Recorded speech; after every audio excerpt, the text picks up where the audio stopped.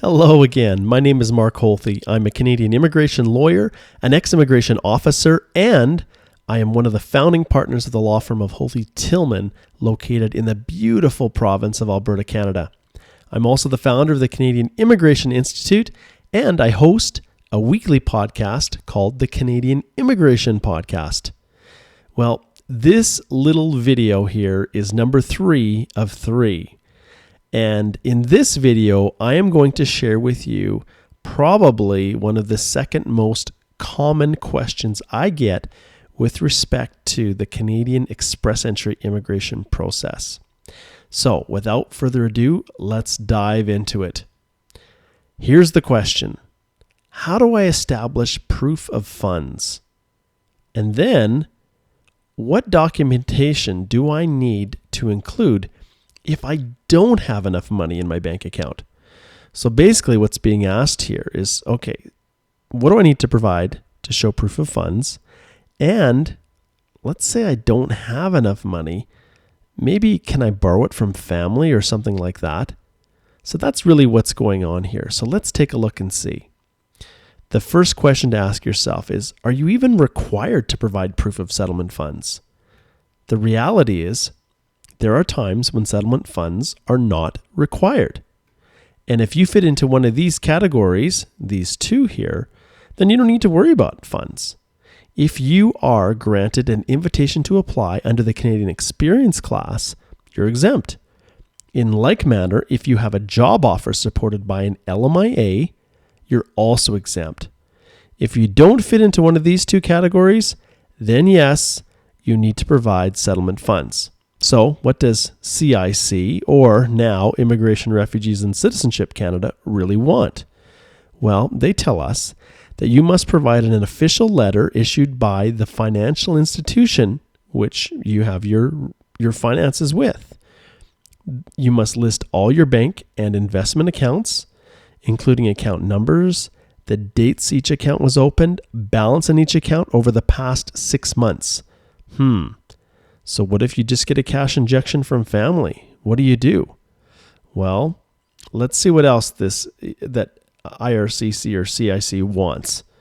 You must list all outstanding debts such as credit cards and loans, and the letter must be printed on the letterhead of the financial institution and include your name, financial institution contact information such as address, telephone, and email.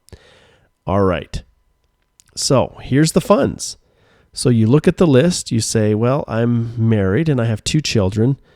$22,603 in Canadian funds. Boy, I don't think I have that. I'm going to need to get some help from my family. Well, if that is the case, then you need to pay close attention to what I'm going to tell you next. So, can I get help from my family?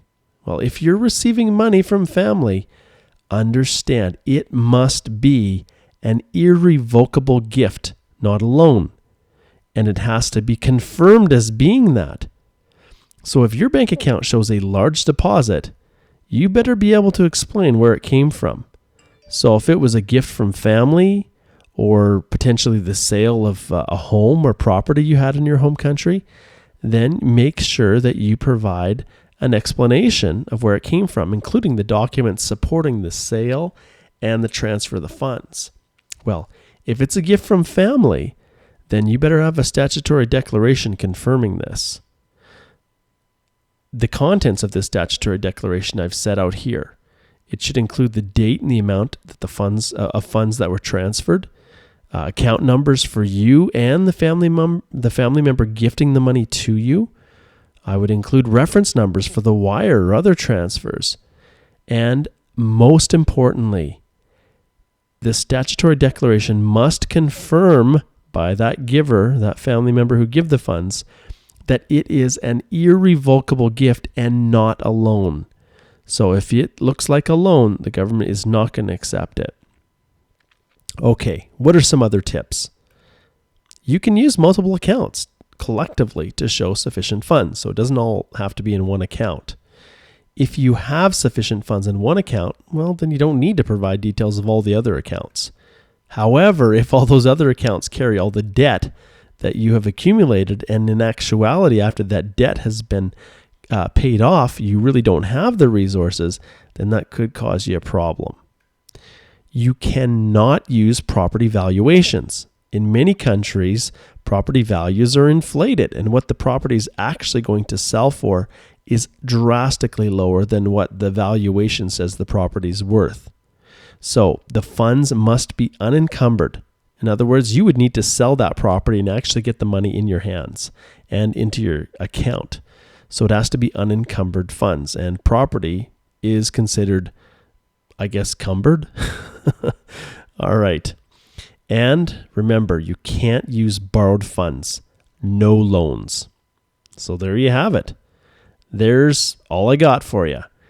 Good luck with this one. This one is going to be tricky. All right. At the conclusion of this, our third little video snippet, I guess, I want to share something with you that I alluded to in video number 1. And that is something that I am so excited about. It is awesome. It has taken me so long, so much pain and suffering to create, but I have finally finished it. The Express Entry step-by-step video guide. Now, some of you will have followed me earlier in the year and actually the end of last year where I was trying to create a course. Well, people didn't want a course, and you learn from your mistakes. I realized very quickly that people want all of the information now. They don't want to sit in a classroom kind of type setting and be guided slowly together with everybody else through a process. Some want to go super fast. Some want to take it slower.